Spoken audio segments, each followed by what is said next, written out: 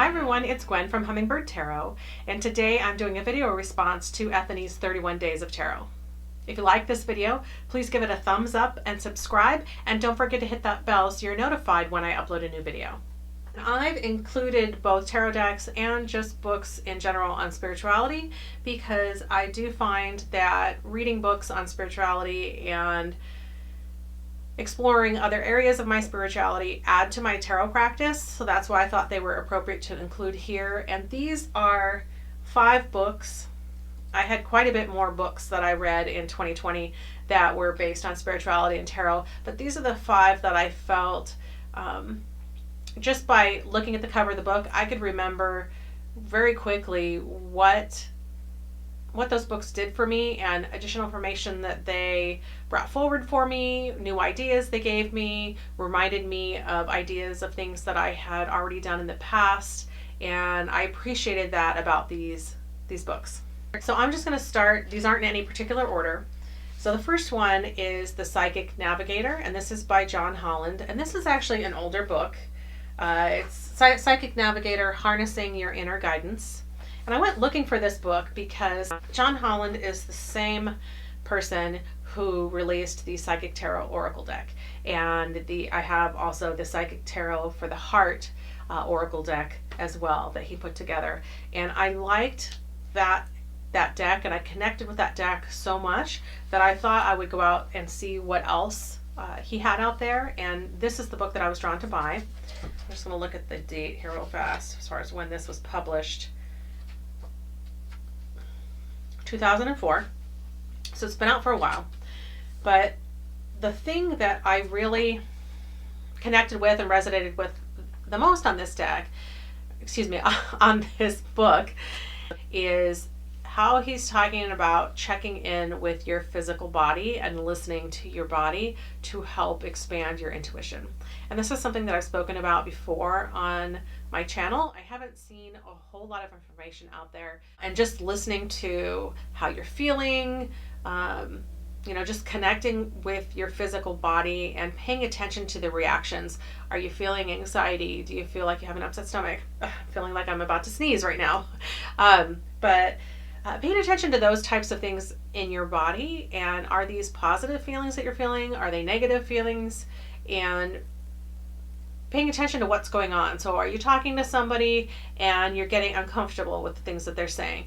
Maybe that means you're not finding what they're saying trustworthy, or your body isn't resonating with, maybe they're trying to talk you into doing something and you're getting a physical reaction that doesn't feel good in your body, and that's telling you, no, this isn't the right direction to go for me because my body just isn't agreeing with this. Or you're feeling happiness and joy, you're feeling completely relaxed when you're hearing what someone is saying, and then that might be something that you want to be a lot more open to. So I liked how he went into detail about that. He also talks about developing your psychic intuition and using your physical intuition in your body as well. So that's what I got from this book, and I can recommend this book. I appreciated it, and I found his reading style was very easy to read, and I appreciate that. I don't have to think about, sometimes you're reading through a book and it feels a lot like a textbook for school, or you're trying to take a class and the information is valuable, but it's not presented in a way that's easy and comfortable to read. And this book I found was very easy to read. Was a very easy read. The next book I wanted to talk about was Tarot Elements, and this is by Melissa Sanova. I think that's how you pronounce her last name. I apologize if I'm pronouncing that incorrectly. But this book did come out in 2020, and I purchased it. I actually bought it before it was released. And she also wrote Kitchen Table Tarot, and this is a great book for beginners. If you're just learning how to read tarot, she presents things in a very approachable manner. And it's, although if you're an experienced tarot reader, I've been reading tarot for over 25 years, and I just found this an enjoyable read. It's fun to sit down to hear her perspective and listen to the stories that she had to tell. And again, her writing style is very comfortable, very down to earth, very easy to understand, very approachable, and I appreciate that about her. And this new book that she released called Tarot Elements, it talks about, basically it gives you 5 different readings, and she says here 5 different readings to reset your life. So if you're having challenges in your life, she gives you readings that you can go through, and it's almost like a self-help guidebook of steps that you can take, actionable steps that you can take to follow through. And she's not trying to fix your life for you. She's trying to give you some tools where you can sit down and take a look at your life and see areas of improvement and actionable steps that you can take to improve your life yourself. So it's one of those, she's not fishing for you, she's teaching you how to fish for yourself kind of books. And I appreciate that. And it was a different perspective. I bought this book when I saw it without reading the description or anything, just because I appreciated Kitchen Table Tarot and I wanted to see what this book was all about. And so I just bought it. And then when it came, I was pleasantly surprised because it's a very different perspective, very different type of book than a lot of the other tarot books out there, but it also goes into ways to do readings. So a beginner can pick up this book and start here. It talks about basics, and then it also goes into each of the readings and how she incorporates the elements into those readings. And so I recommend this one as well. This was just interesting, a new perspective, new way of looking at things, and I liked that. So this next book is by James Van Praagh, and this is another one. I have one of his oracle decks, Messages from the Guides, and again I went back and looked for additional books that he had, and The Ghosts Among Us was one of the books that I read. Now the book itself, I had a hard time. It wasn't as well written. The book kind of jumps all over the place, and it's more a collection of stories of his interactions with ghosts and doing readings for people and that type of thing.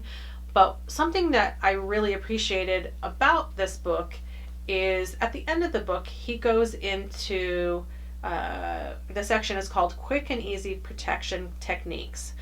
So he gives you some different ways that you can go about protecting yourself energetically and recharging your energy.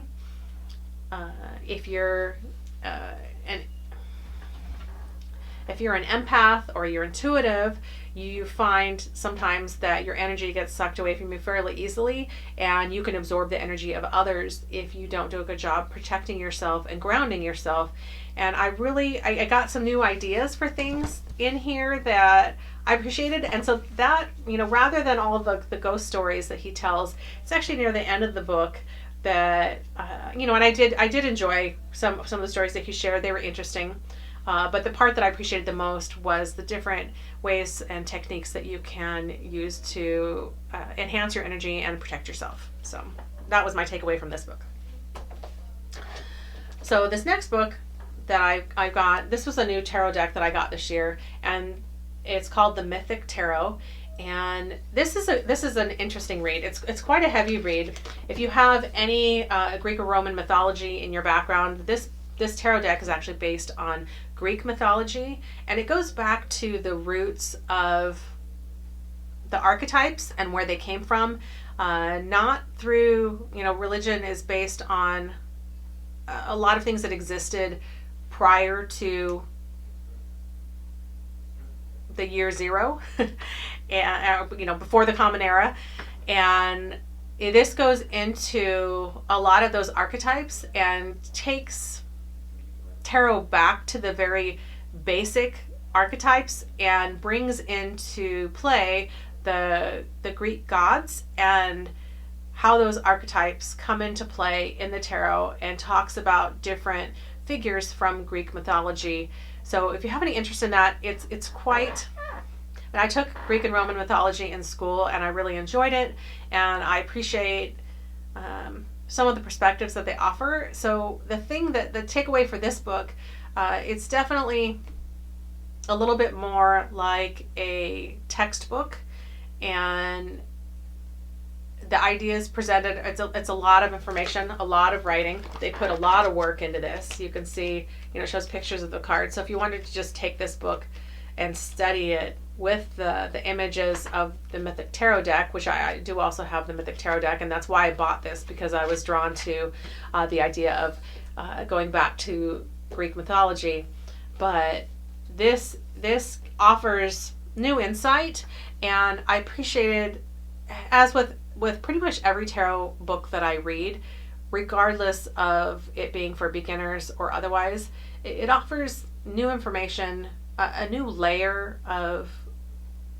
tools to pull from when you're doing readings, and it's just interesting to take a look at things from a different perspective.